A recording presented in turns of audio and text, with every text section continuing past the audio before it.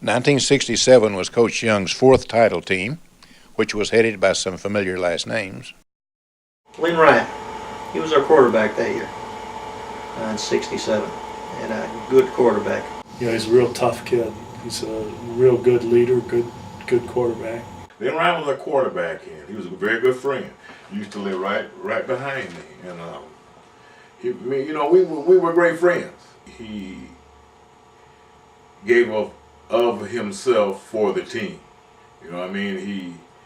We were, I think that we were good athletes, but I don't think we were great, but we played well together. He was Lenny's second string. He was a second string quarterback, but he was also a very good athlete. Kind of big, tough fella. Tom was a backup quarterback for Lenny Ryan, and he played defense, played, I think, a little bit of running back and receiver, a little bit of everything. He inspired me because he played pulling guard, and every team we played outweighed him at least by 50, 60 pounds. But he got the best of them. I mean, he would be ragged and but he was just an awesome player. Pound for pound, you couldn't beat him. He was just very dedicated. Bob wasn't a star athlete, but he was there. He was in the grunt and he was in the grind. He was in the trenches all the time. Bob was kind of a clown of the team. He liked to clown around a lot and be there. He was an excellent football player, both on offense and defense. Strong, tenacious. He had that willpower and that desire to never to give up. Jim Carlson, pulling guard, awesome. Just mean on the football field. Real tough, hard hitting kid. He's just a little guy, wasn't very big, but he'd let you know he was there. Jim was an interior lineman, and he was up there right with the best of them. Lamont was a great fella. Lamont was a small guy, but he could scoot. He could run around, he could make our in runs. He always impressed me, even when we were young, even when we were in high school, as a gentleman. He was underrated. He didn't get the accolades that he should have, but he was tough. He was tough and he was quick.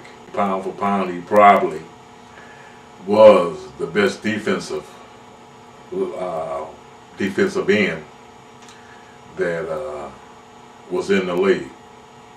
He probably was. He was another one didn't weigh but 150, 160 pounds, but you just didn't get around him. He's quite a character, a very good leader. Pop was one of those sinewy fellas, built like Tommy Hearns. A strong individual,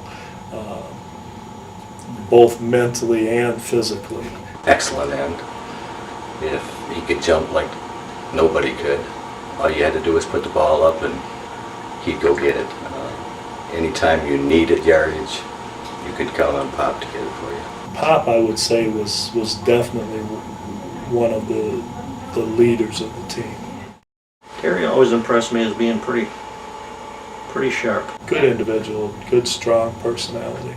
Terry Allen, we called him Chick. He was a great hitter. He thought his way through things, and he played hard. He was a hitter, you know what I'm saying? He had great potential when I left. He had great potential, and he was just he had good chemistry with him. Roger played center, and that boy played some ball. The greatest smile that you ever wanted to see. He was, we used to call him Freckles, but he was a great ball player. I don't know that Roger ever realized his own strength, but he could move them out of the way, and it could open up those holes in those backs and scoot through. Ron was a go-getter. He liked to get out there and play some ball. He was a little timid at the beginning of the season, but around the middle of the season of that last year, he came on like gangbusters. He kept a good attitude. He kept the players' morale up. What I do remember about Ron, he used to lose his pants a lot. He had trouble keeping his pants up, but he was an awesome lineman. Really cared about people. Bob, I remember several times, he'd be the kind of guy, if somebody else was picking on somebody, Bob would make sure that they cut it out. He wouldn't let guys bully other people. He didn't get mad too often. But when he did, you wanted to be on his side. He would just do anything for the team. But he just loved getting out there and hitting them guys. He had all the potential in the world. He was he was bigger than I was. He had quickness, all the things that a freshman at his age that he played like a senior. When he'd get upset or he'd get in a groove, he'd like to be somewhere else, I think. Needed to kick in the butt every now and then. Ward Young was on him like white on rice. But when Tyrone got going, he was like a train.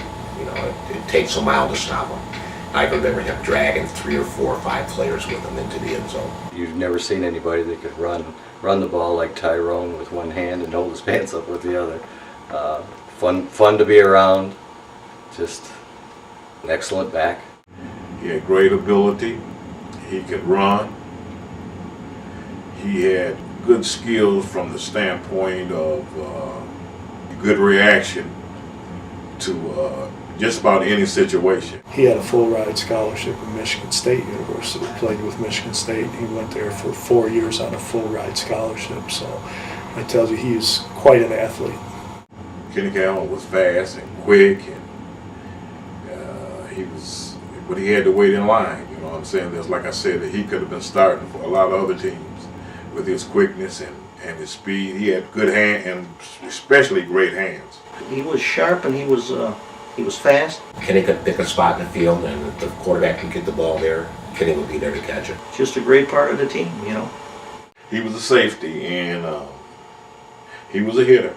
I remember Denny having a hard time keeping his pants up sometimes. We used to have these, unless you were the elite players, you got these these big old pants with the girdle pads. Not the girdle pads, but with the hip pads. And sometimes we would have a hard time keeping them up. He had great ability, just like all the rest of the leagues. Slick, smooth, very subtle in his approach to the game. Roy, I would have to say, was the best all-around athlete. Just natural athlete at everything. Quickest hands I've ever seen on anybody. One of the nicest people that you would ever want to meet till he put his football helmet on, and then there's no friends. He was a hitter. He was a kidder, but he was a good ball player. He wasn't, just like I said, he wasn't very big, but he could stick. He's one of those guys that really stuck out as an athlete. Scott and Jim played same side for me, strong side. Scott was tackle, Jim was guard. And if you needed a first down, you let them know that we were coming at you, and they would open the hole. Scott opened up holes that you could drive a Mack truck through. Gary Mack, the guy whose calves looked like beer kegs. He was our star halfback, and he would run over people. We'd just sort of try to stay in front of somebody, and if you were in there too much, Gary just put his head in your back and he'd help you out blocking. He'd just push you along. Very strong individual, a lot like his older brother when he played before him. The last person you wanted to see coming at you was Gary Mack, because he would hit you and go through you like you were going through water. That's my boy. Gary used to come over the house before games. We'd sit. He'd be so nervous, and I'd be so nervous, and we'd sit and talk and walk to the games up to school together. Gary had thighs on him that were probably as big around as a lot of people's waists were.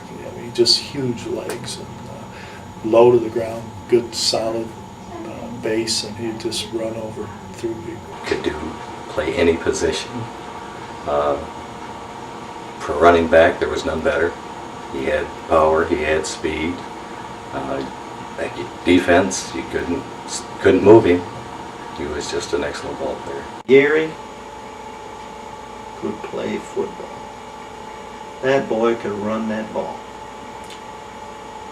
He would get going down that field, and he would get chopped. He had big legs, And he wasn't real tall, so he would get down there and he would get those legs chopping. And those guys would hit him, and he'd roll off of them guys, and he just roll around, roll right off them, and keep on running, boy.